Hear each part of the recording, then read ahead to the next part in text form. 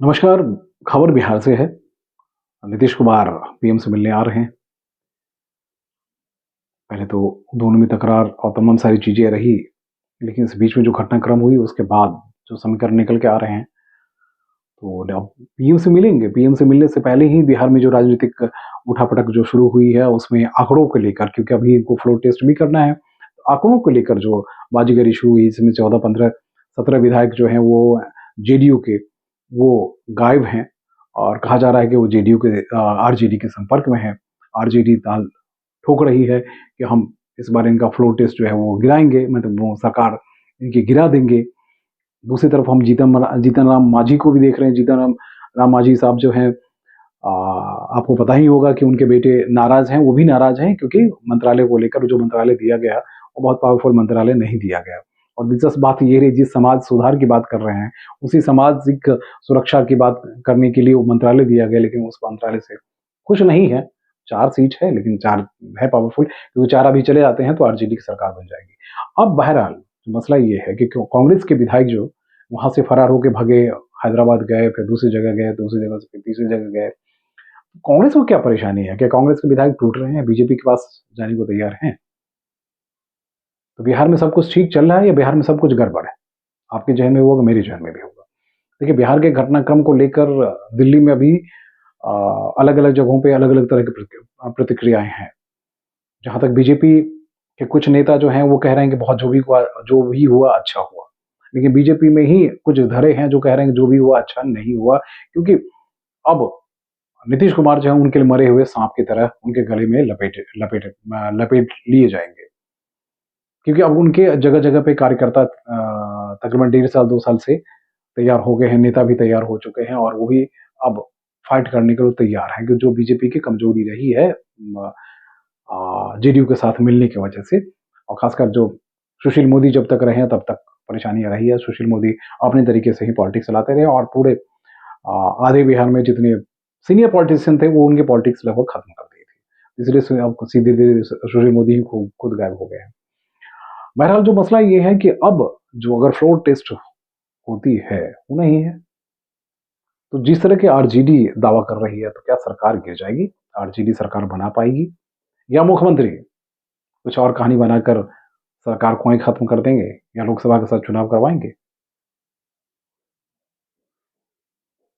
कल की जो बैठक है पीएम और सीएम के साथ, बहुत ही महत्वपूर्ण बैठक है।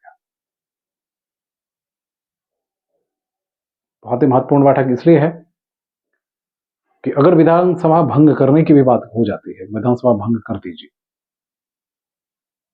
जेडीयू के कुछ भी विधायक इधर से उधर हों या फिर हम के विधायक उधर से इधर हो जाएं।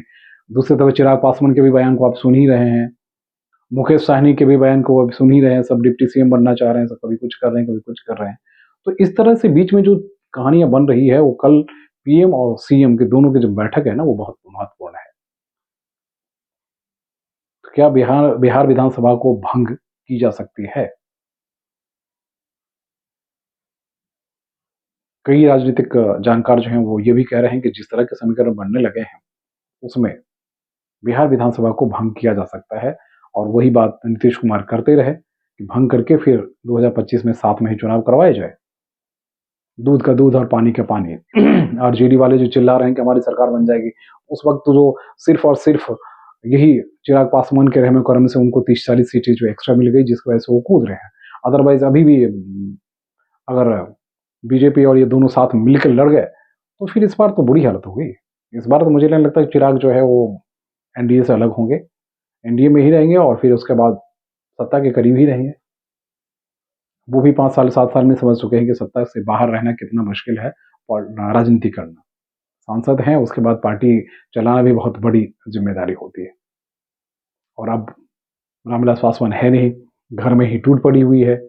चाचा और चचेरे भाई सब जो हैं वो सत्ता की मलाई खाए जा रहे हैं और ये बेचारा बाहर से पदयात्रा किए चले जा रहे हैं। अब न घर संभाल पा रहे हैं, न प्रदेश संभाल पा रहे हैं, न पार्टी में शामिल रह पाएंगे, तो बहुत मुश्किल हो जाएगी। तो मुझे लगता है कि अभी कहीं न कहीं इनकी परेशानी भी ज्यों की त्यों बनी रहेगी, तो इसलिए इनको एनडीए के साथ मिलके गठबंधन के साथ खेलते हुए आगे बढ़ना पड़ेगा। लेकिन आम जनता क्या सोच रही है, इस बात पर कभी आपने सोचा है कि बिहार की जनता क्या सोच रही है? बिहार की जनता कुछ नहीं सोचती। बिहार की जनता सोचती जब वोट देने की बात आएगी तब हम देख लेंगे, अभी जो इनको करना है करते रहे। होना भी चाहिए, चलते रहने दीजिए।